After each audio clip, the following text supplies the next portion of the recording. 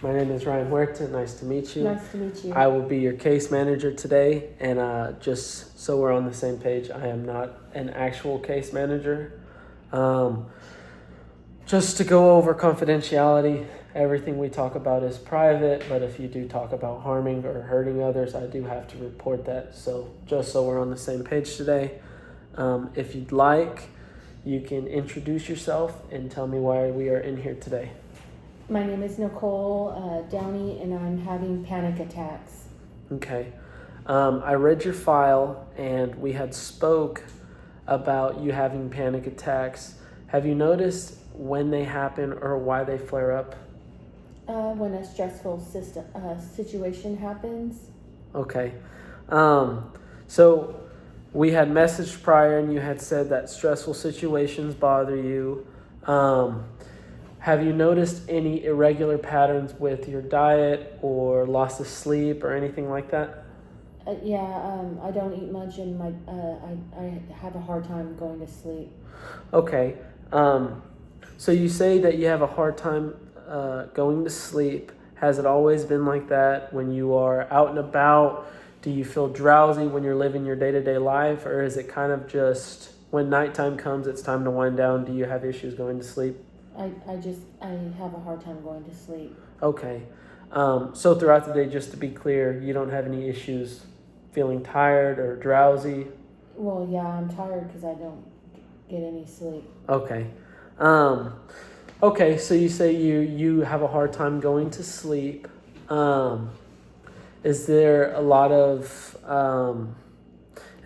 family history like that? Do you know a lot of people who maybe not necessarily within your family, but do you have a lot of friends that say they have similar issues or no? Not maybe some family members, but friends, no. Okay. Well, good.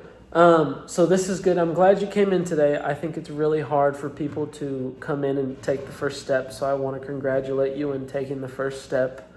I think when we talk about people who are having panic attacks, we often can figure out a solution with why they happen and maybe try to be more pragmatic into fixing them and also learning the behaviors. So when you say you have these panic attacks, what do you think is the issue with that? Maybe not being able to address a stressful situation. It's a buildup of over time sometimes, where I just feel like it's coming on and then it just starts to happen, and then once it happens, I can't control it. Okay. So you just said trying to avoid a stressful situation. What does a stressful situation look like to you? I mean, a conflict with a coworker, not getting my work done in a time frame that I've been designated. Stress of life, family, the demands of raising a family, and just not meeting everybody's needs. No. So you mentioned work a little bit. Does work seem to be a toxic or a stressful environment for you? I don't know if it's toxic. I just think I work in the health field, so I deal with a lot of sick people and on a day-to-day basis. So it takes a lot. It takes a toll. Okay. So we talked about perhaps family history. We talked about your work environment. You had also mentioned in there that you worry about not meeting everyone's needs. You did mention in your report that you are a mother and that you have 3 sons.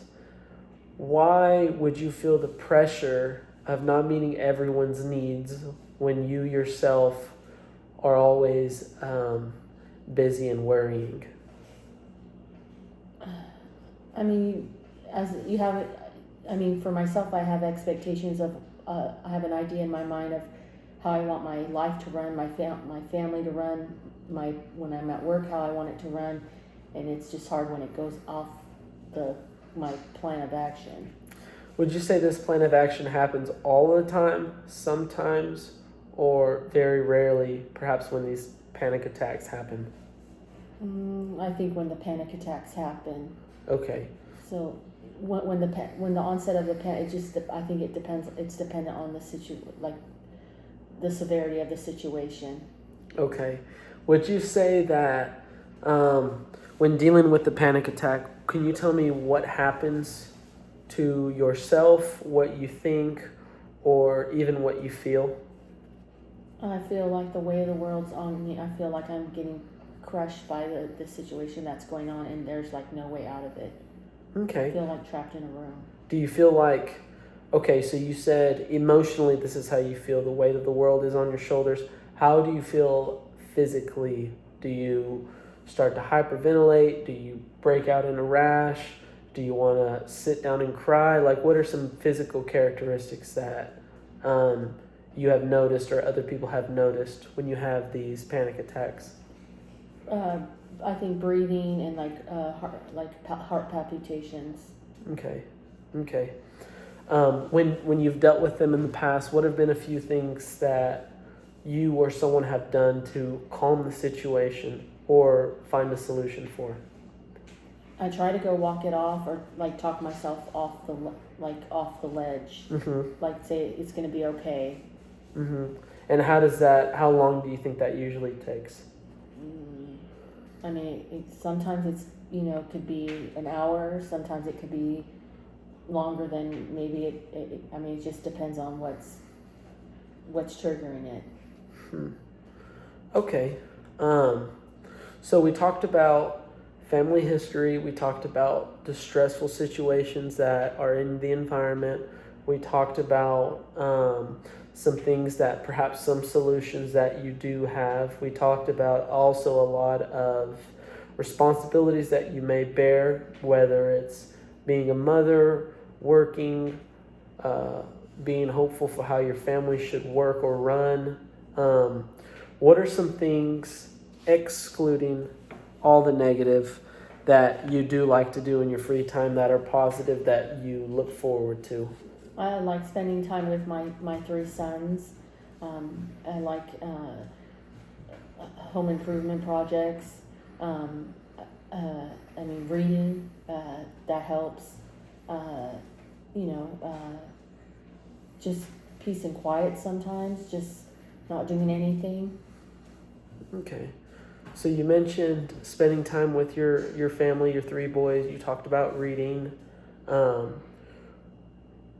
Do you feel like when you have these episodes of the weight of the world on your shoulders and you have things such as these panic attacks, do you ever find yourself having them because you haven't had any of the things that you do enjoy, such as your 3 boys, your home improvement projects, your peace and quiet? Do you feel like the panic attacks happen more when you haven't had those things?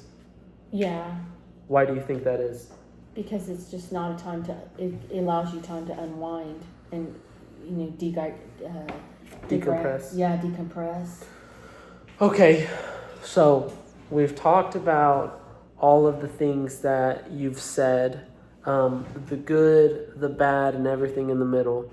It seems to me like when you start to have these episodes of these panic attacks, you are not fulfilling yourself with enough, as we would say, good love, and you're more so perplexed on the things that are obviously more intricate in life that maybe carry more weight on you physically and emotionally. So I think having you here today talking with me, I think you should do more things or make more time for things that are more important for you, as they can be as they can lessen the stress on all of the bad things you do in life.